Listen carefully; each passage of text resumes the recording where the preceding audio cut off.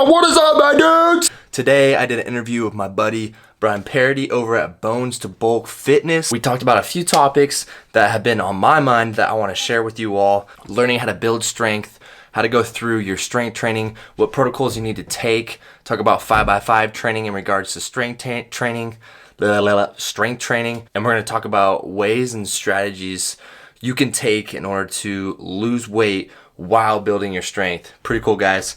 Check it out. Give it a listen. If you don't want to watch the full video, you can check it out on my podcast, episode number 14, Cooper Brunner Podcast, available on Spotify and Apple iTunes. Peace. Went to Jeff Cavaliere. What did you get out of his show, or what was so valuable about it? First off, he had a lot of different people there, like that were really good, like people you would know. And they did question and answer panels where him and a lot of other big names got up on stage and just kind of took questions from the crowd. Wow. It's just like a wealth of knowledge. I just feel like I learned so much new things there. One of the former deadlift champs was there, and he did like a seminar just on how to increase your deadlift. And That's crazy. They had a rack up there on stage, and they were demonstrating stuff right there, and it was just cool. And then the games, they do what's called the Athlete X Games. So they basically, it's a 3 to 4 day conference. If you pay extra, you get to go a day earlier, and it's like a very small group that kind of just meets with Jeff, like 20 people, 30 people. Wow. I didn't pay the extra for that. So the main conference starts on Friday. So it's all day Friday. It's all day teaching conferences.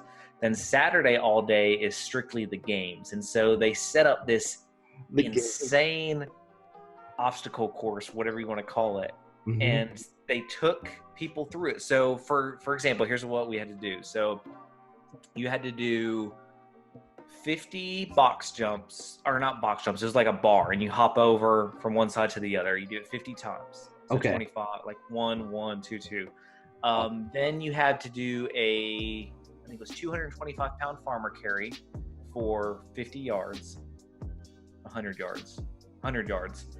Then a 35-pound medicine ball throw for 100 yards. Then you had to do 75 push-ups, but after every push-up, you have to take your hands off the ground. So you can't just like pump them out. Wow. And then you had to do 100 jump ropes, and you had to do that in under 7 minutes. And then they only took the top like 13 times for that. So I was able to complete it in under 7 minutes, but I wasn't fast enough to move on to level 2. Level 2 was 25 pull-ups, 100-yard sled push with, I think it was 200 pounds. Wow. And then a shuttle run of, I forget how many yards the shuttle run was, maybe 100. And then they take the top 2 or top 3 from that. And then there's the last thing, which is just a free hang. And you come there, and the last person standing won. And the winner got $5,000. Wow. And they did it for men and women. They had men and women broken up into separate groups. So it was insane. But you're out there all day long, and it's summertime, and it's hot, and it's long. But, I mean, it's a lot of fun. And then Sunday is a half day, and they kind of announce the winners and do like a, kind of a recap of the games. And then they have like a closing seminar and stuff. So Cool. it was a lot of fun. Meet Jesse and Jeff and all his staff and everything. Dude is like, if I ever I never really questioned whether he was the real deal, but I definitely liked him way more for the conference. So down to earth, so humble, like really cool guy. Yeah, he makes it he stresses the point that he likes to be himself and not try to fake anything about his fitness. Like, he really keeps it real. I love how he portrays himself. Like, there are only a few people that I see on YouTube that are off the camera, like Steve Weatherford. He's one of the guys that when he talks on the camera, that's who he is. And I could tell Jeff is like that too. Yeah. I mean, he posts so much that there's no way you can hide that, Right. And man, That's so cool. You got to go there, check it out. And You should. If you do, let me know. We can room up or something, because it's not that expensive. Like, it's $200 for the conference ticket. That's it. And then it's just your hotel and flight there. Yeah. So, is it once a year? Yeah, he does it. He's done it for the past 5 years. So. Wow. And I had never even heard about it till last year. Like, I didn't even know he did something like that. I was going to say, how did you get connected with that and here? My wife got me a ticket for it. She found out about it before I did. I was like, wait, what is this? Because I don't think he does much. For my birthday. Do what? That's so cool. I don't think he does a lot of advertising on that. That's probably, no, he doesn't. It must be in like his mail list, or he probably likes to keep it close and niche. Yeah. Otherwise it gets probably crazy. I think he likes kind of the close-knit community that it kind of is, because there was a lot of people there that have been there like every year. So like they've been there since the beginning, so that was cool too. Yeah, that's great, man. That's cool. Well, okay, let's get into it, man. Let's have some topics or discussions that we want to talk about, because I'm excited. I'm happy that you reached out to me again, that we got another discussion going about what we really want to talk about, man, because I have some good things I want to talk about. If you have anything that you want to start with, man, fire away. So when it comes to like building strength, you know, whether you're starting off, whether you've been at it for a little while, there's always, okay, how do I get better? How do I improve? You know, how do I increase not only my physique, but increase how much I'm lifting on each exercise? So what's something that you found to be super helpful in maybe increasing those PRs, or that you find is increasing your overall strength, rather than just a standard 3 sets of 10 or 5x5 that we tend to start with? Yeah, I'd say right off the bat, what's helped me with improving my numbers, because like I was saying off the record, with my deadlifts, my squats, and my bench, they've moved up significantly. Deadlift 440 to 480, squat 450 to almost, or 350 to almost 365, 370. And then my bench was 250 to hitting 270. And wow, the number one thing for me has been finding out my 1 rep max. That's the most important thing, because then I can calculate where I want to go as far as scheduling out. I have an 8-week program, and I'm putting in my work each week 4 working sets, and then having some warm-up sets before that, so I can get my joints moving, so I'm not putting so much stress on my elbows, my shoulders, especially with the bench press. A lot of people talk about your form. Like, are you going to push, like normally, are you going to push somebody like this, or are you going to push somebody with your elbows tucked? And what's more, what's more human, or I guess what's more natural for the body to move? And you see football guys pushing like that. And so done a lot of research and being smart with how I go about my training, because the biggest thing when you go heavy is you're gonna maybe put too much stress on your joints. And so technique has been big, but the first thing is for sure writing out what my numbers are, how am I going to accomplish these goals, and calculating from the 1 rep and then breaking it down into how I'm going to do my series of sets. And that's been the biggest tip or advice that I would give, for sure. Okay. So let's say my max bench press is 175, and I want to increase that to 200. So what would kind of be my process for breaking down, saying, okay, well, I know my 1 rep max is 175. So how do I break that down to kind of like you're saying? Yeah, absolutely. So I've researched through other professionals that have done strength training programs. And what I'll do, if I know that if 170 is my bench press max, I break it down to, let's say week 1, I'm going to bench press 80% of my 1 rep from my first set. I'm going to go from 80% to 86.5 to roughly 88 to 90%, and I'll do 2 sets of those. So if I were to write it down, set 1, 80% of 170, and then set 2 would be 86.5, and then set 3 and 4 are going to be 88 to 90% of my 1 rep. Okay. that's how I calculated it for myself. Right. I can talk more in depth about how I've done that. I basically averaged out what I've seen from other people's training methods, because there's so many different ones. Right. You can go as simple as 5x5, like I was telling you off the record, and that's just as effective. If you have no clue what you're doing and you want to start something, if you do 5x5 3 times a week on your bench, your deadlift, your squat, and be smart with it by adding 2.5 to 5 pounds a week, that will be the most the simplest way to grow in strength numbers. From what I've read, this is just going off of what I've seen from other people explaining things. I've done the 5x5 personally, and I've seen a lot of progress when I didn't know how to do anything. And that was one of the biggest lessons or advice I got online and from other people. That for sure was one of the best ways to grow and build strength.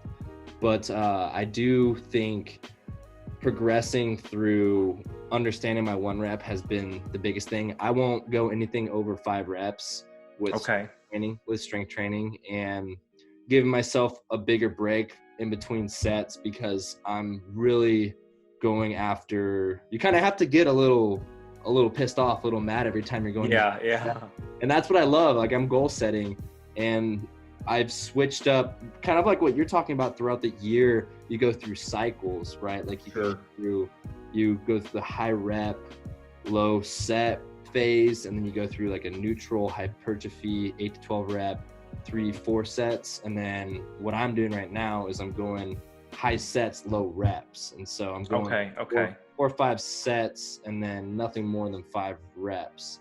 I could send you my schedule too, to be more specific on my numbers on how I calculate things, but it's been working really well. I'm week 4 into it right now, and I've seen great results. So that's incredible. Now, as far as what does recovery time look like since you are going so heavy? So, you know, let's say you are you breaking it up into different muscle groups and targeting, I'm assuming, or are you doing multiple muscle groups a day? And how long are you taking off in between before you go back to that same kind of that weight? Yeah, so my schedule right now, I want to be in particular order here, but I don't think this is particular order. I'll start with benching on Monday, and then I'll go really light Tuesday. If anything, it's just stretching. I like to go into the sauna, help with inflammation, help with relaxing the body. I've done a lot of research on heat shock proteins and how that helps with recovery time. So I'll just jump in after I do a light, let's say arms day. I'll do triceps, and I'll go into there on Tuesday and sauna, and then I'll squat on Wednesday, and then Thursday I'll do something light like shoulders and go into the sauna, and then Friday I'll do deadlifts, and then most of the time I'm taking the weekend off. So there's a lot of time in between specific body group. Like, I'm giving myself almost 7 days recovery or 6 days recovery from Monday to Monday, chest, because I really don't need to put on so much stress to my body. I let it recover and relax and do a completely different body part. And I found that to work really well for me. Who's to say from a research standpoint, is that the most efficient? Maybe, maybe not, but it's worked for me, and I would definitely recommend that to people if that's how they want to approach it. And I'm not working out for a long time. It's nothing longer than an hour. After I do my working sets, so the 4 working sets of my body parts that I'm hitting, like the bench press, squat, deadlift, I'm just doing some light auxiliary lifts. Like, let's say for back squats, I'll jump on the leg press machine, go super light, high reps, and just loosen up everything, because I don't want to jump off of 360 pounds and then do nothing. You know, I want to loosen things up so it's not too much tension. And it's been working, man. It's been working. That's awesome.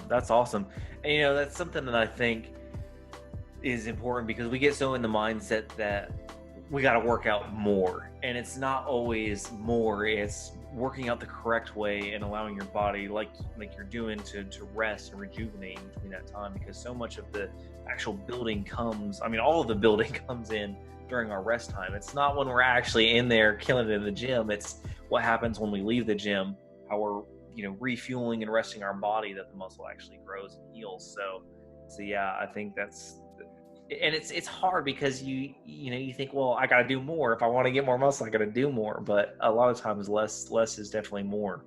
Yeah, I think the next question too with that is we've gotten a really bad viewpoint of how muscle is built because of the big CrossFitters, because they're going Mhm. so insanely intense.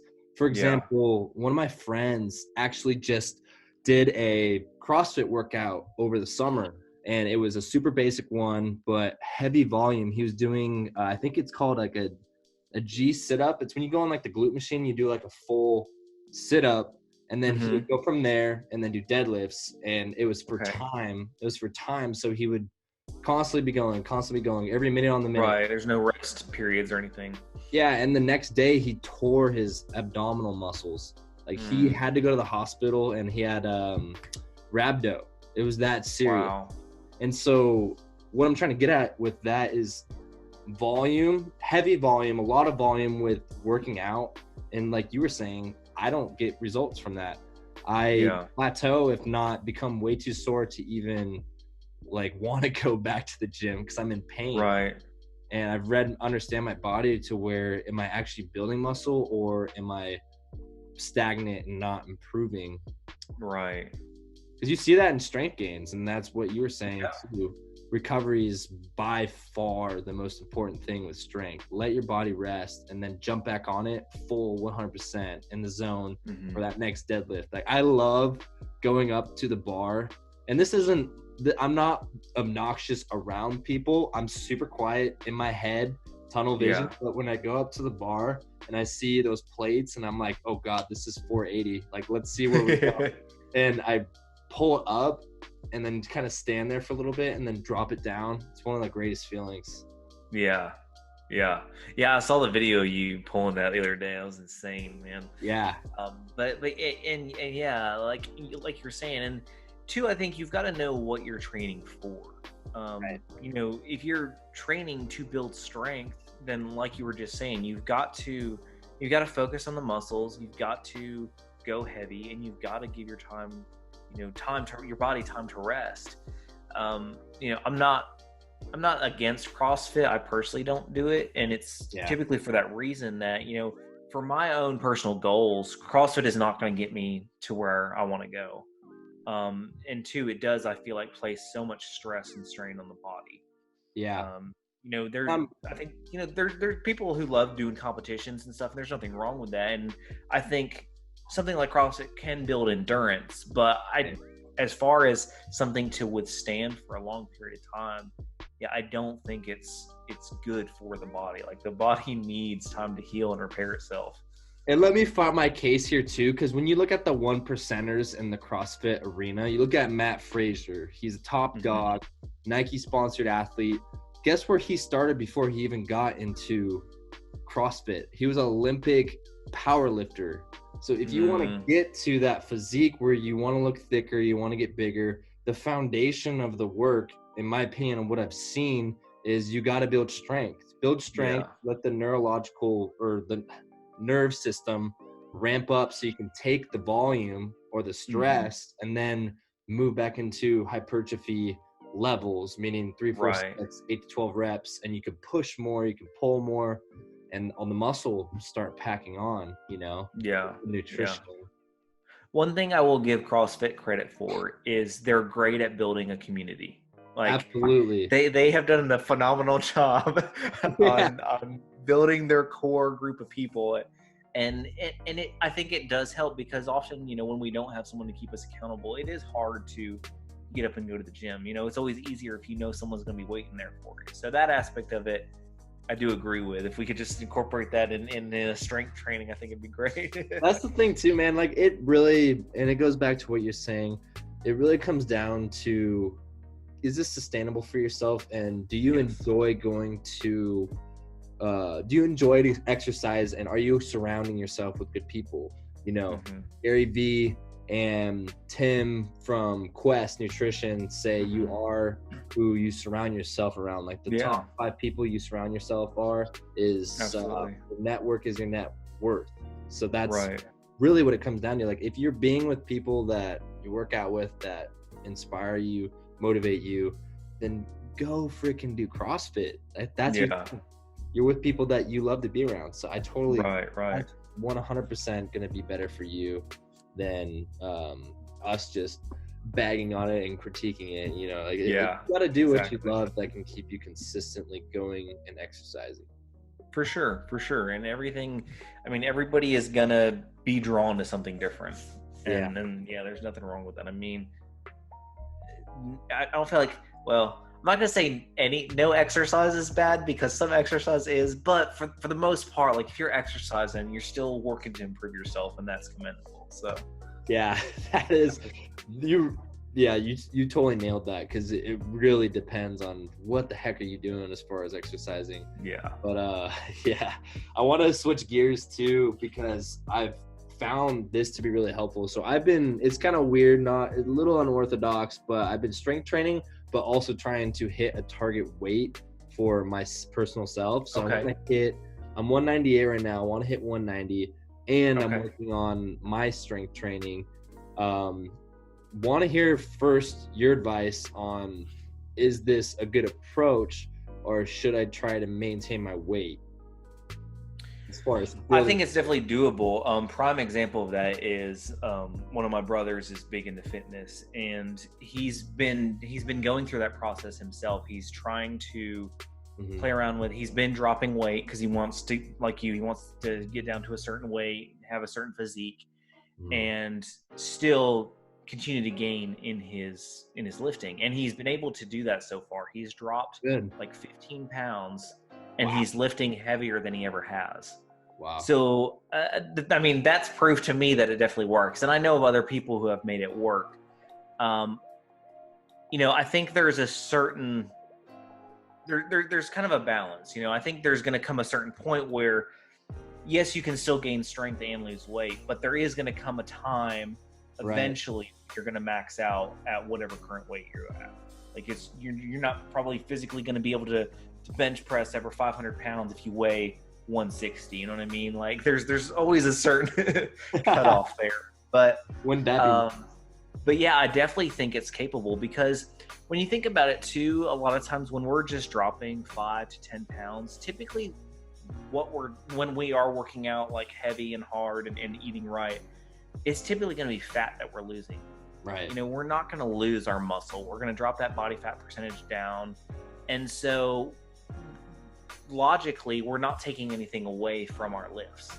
You know, we're taking away fat stores on our body. So I don't think that it's unreasonable to increase your strength while dropping weight too. Now, if you're talking about dropping an insane amount of weight, like maybe, but yeah, just 10, 15 pounds, I don't think, especially if your body fat percentage is anywhere like 13, 14%, I don't think it's going to affect your strength gains at all, because you have fat to lose. So yeah, I think the same. I think that's, if you're getting in enough calories to at least sustain a workout, enough energy, then I think, at least for me personally, I am not at a point where I'm not throwing around incredibly huge numbers. So I have a lot of potential to grow substantially, because you know my numbers are good, but they're not at like the levels where like humans can not break, that are like high capacity.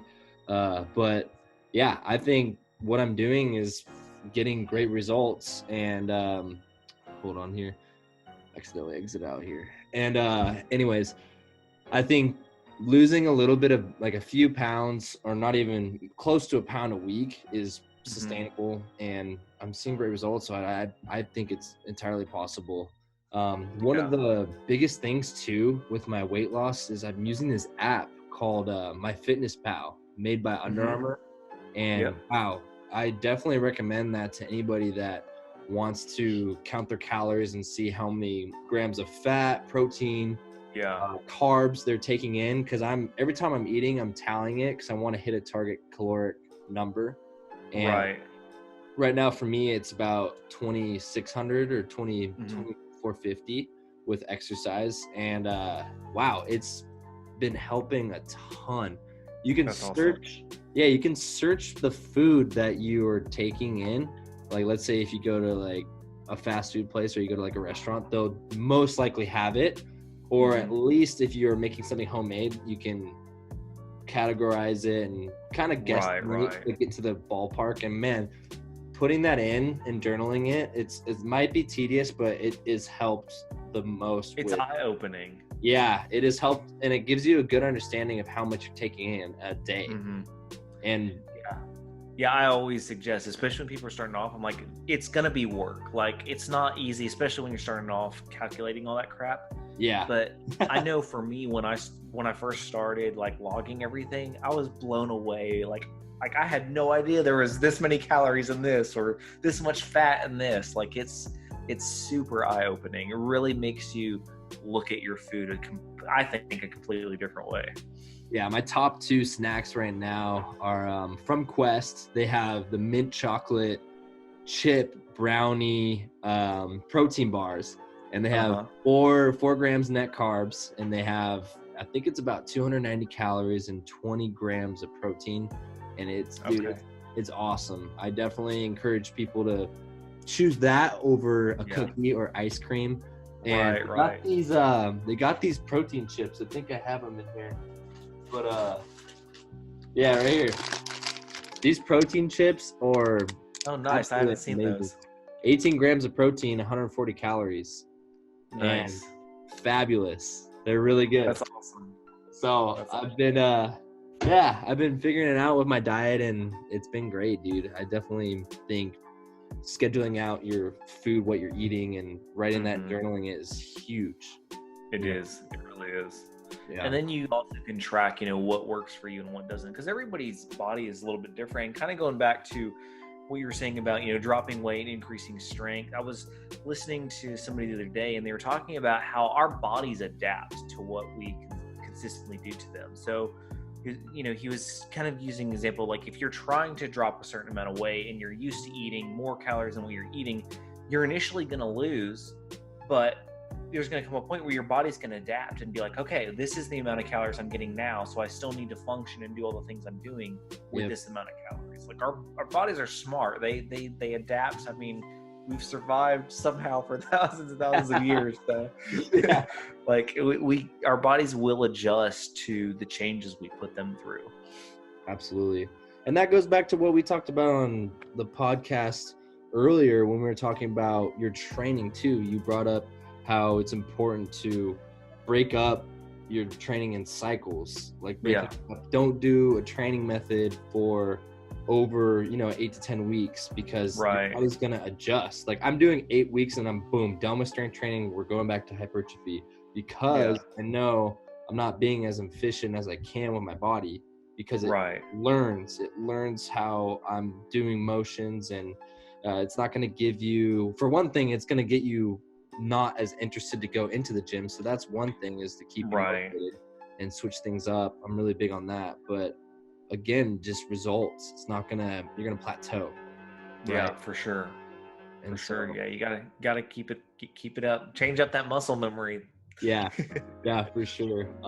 Dude, well, I have a few more questions too for you, because I think this is something that your audience, to your audience right now that's tuning in, guys, Bryan is the man. If this is the first time you've listened to him via video, or if you've been watching his workouts on TikTok, on Instagram, Facebook, what have you, I've seen this guy grow substantially, and I've seen him work so hard at what he's been doing in his fitness. This guy's a real deal. He knows his stuff. So definitely highly encourage you guys to keep watching his stuff, because he's going to give it to you. And if you keep watching his videos, something is going to click and it's going to work for you. So the question I want to ask you, no problem, man. I appreciate your help as well. How has failure set you up for later success? And do you have a favorite failure of yours? Man, kind of a deep question. Well, yes, it definitely has set me up for better things. Are we talking specifically like failure in the gym or failure in general? I mean, whatever comes to your mind right now. It could be totally gym related as well. I just want your answer on that question from any aspect, really. Well, I think it's twofold. So, failure in the gym, there's definitely been a couple standout moments where I've gone in very confident that I was going to hit a PR and just completely failed at it.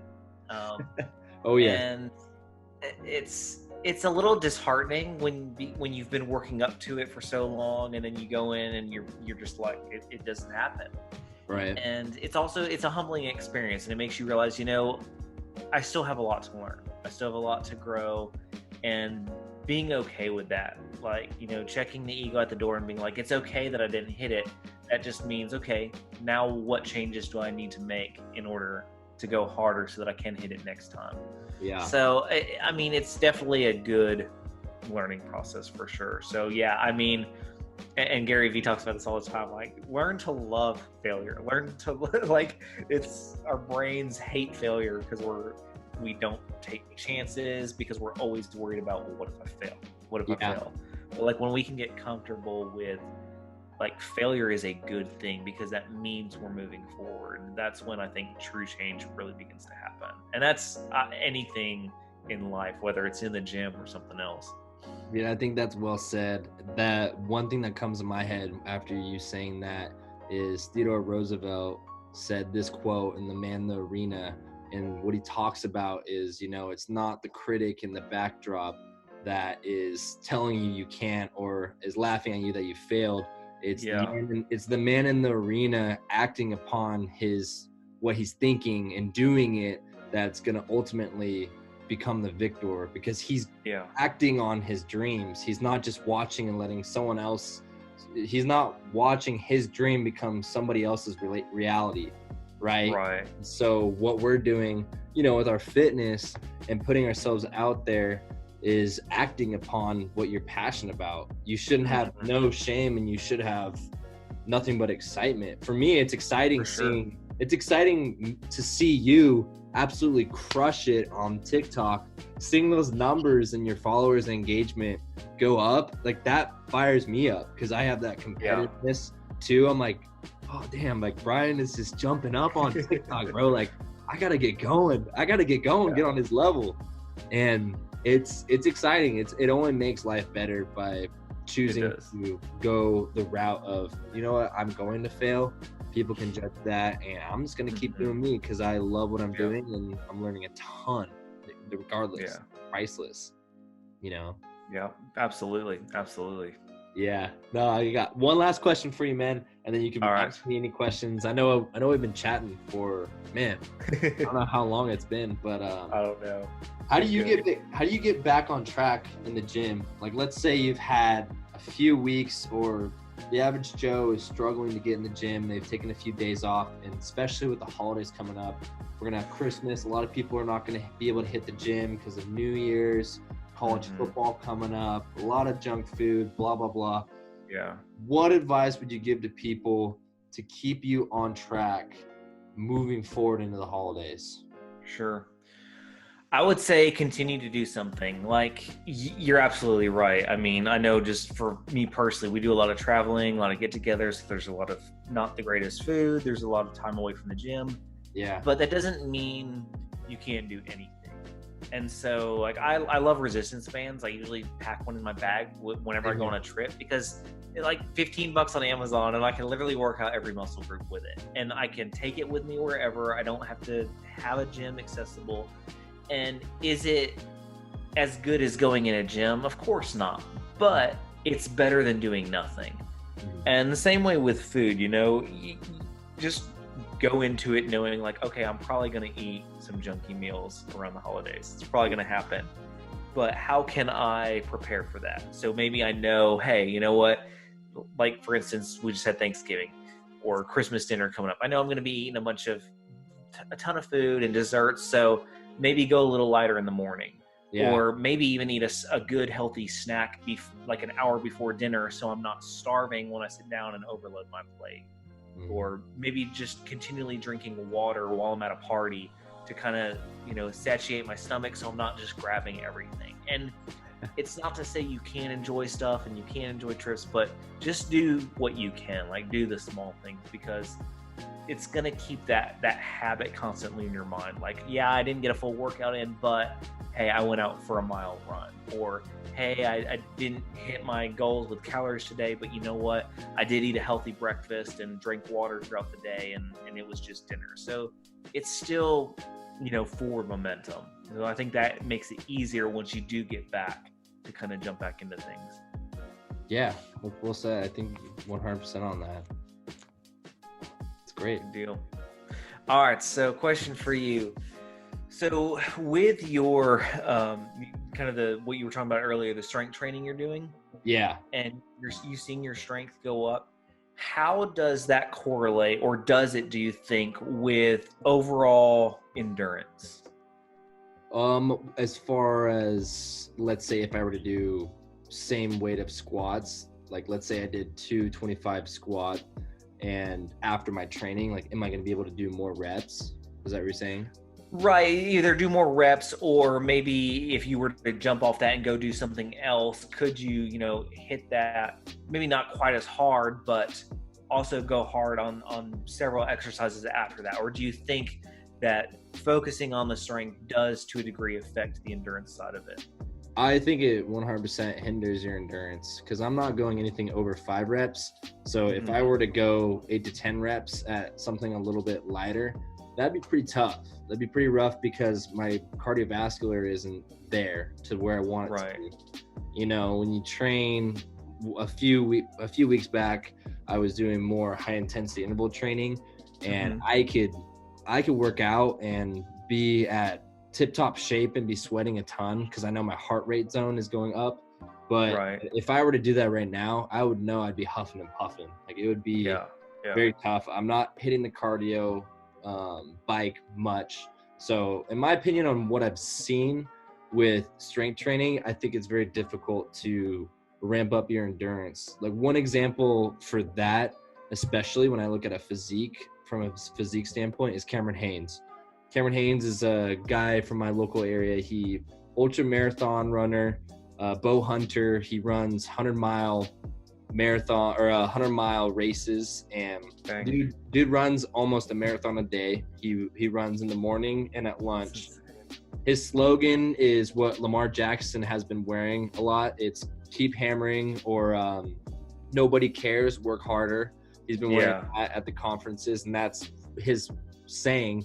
And Cameron Haynes his physique, he's nothing impressive, and he runs a stupid amount of endurance, but that correlation of, okay, he can run a ton, he has got great cardiovascular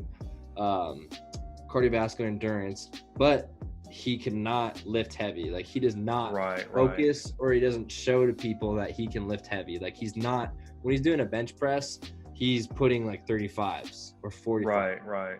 So I do think, obviously there's the extremes where people can push a lot of weight and be pretty efficient with their cardio, when like the CrossFitters like Matt Frazier, but even he struggles with his cardio because his main focus is the strength side of things. Right.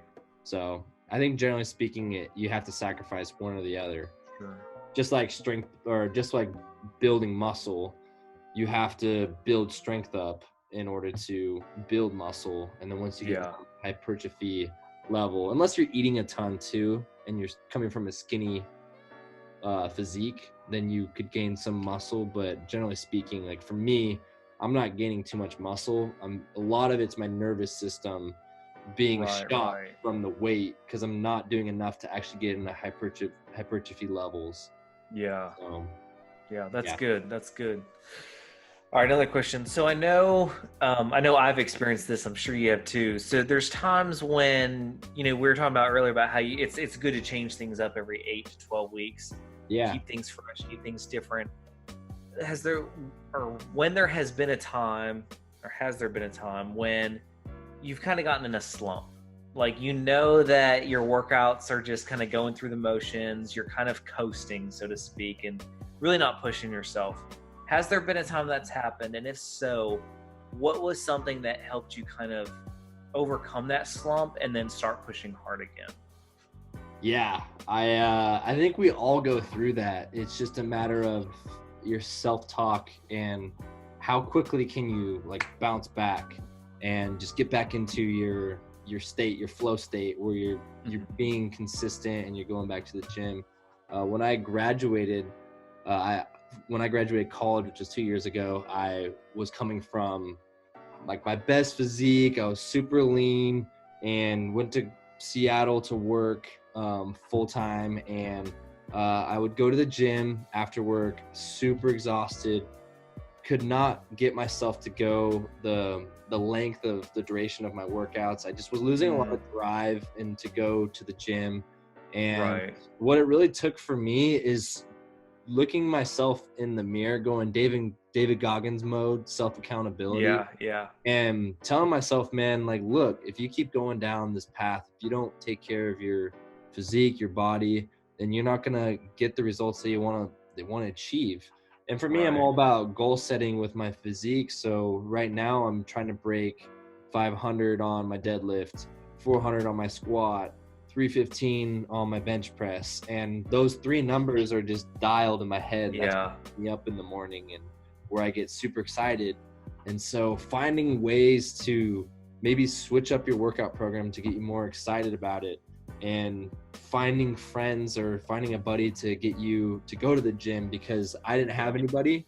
So that was really difficult to get into the gym when you don't have a friend or a partner. Especially when you're going heavy, because you need that person to be there for safety and be to push you. Definitely. And so it's auditing yourself. Like, I like to audit myself every month, looking at myself, reflecting. How are things going at work? Yeah, how are things going at work? How are your relationships? Like, how are you treating other people? And how are you taking care of yourself? You know, the best investment you can do is take care of yourself and invest in yourself, so you can take care of other people. And that's what I would say. What about you? How would you approach that?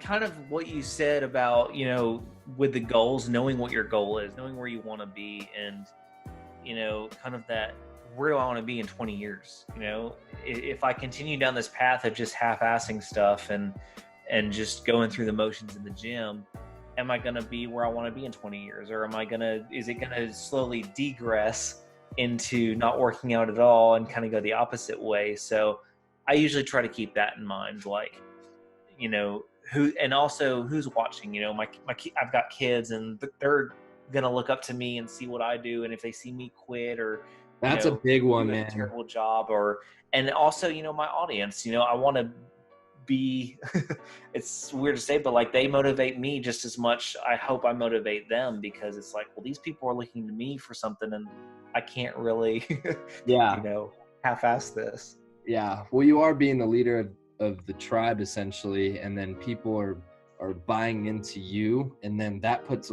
pressure on yourself to step it up, raise the standard. And so I love that. I embrace that too. Like, I love having people look at me and kind of, for lack of better words, you have a target on your back, right? Like, you constantly trying to prove to people, show people, like, this is what I do. This is who I am. I'm honest to myself, and I'm gonna keep working hard because I want you to do the same.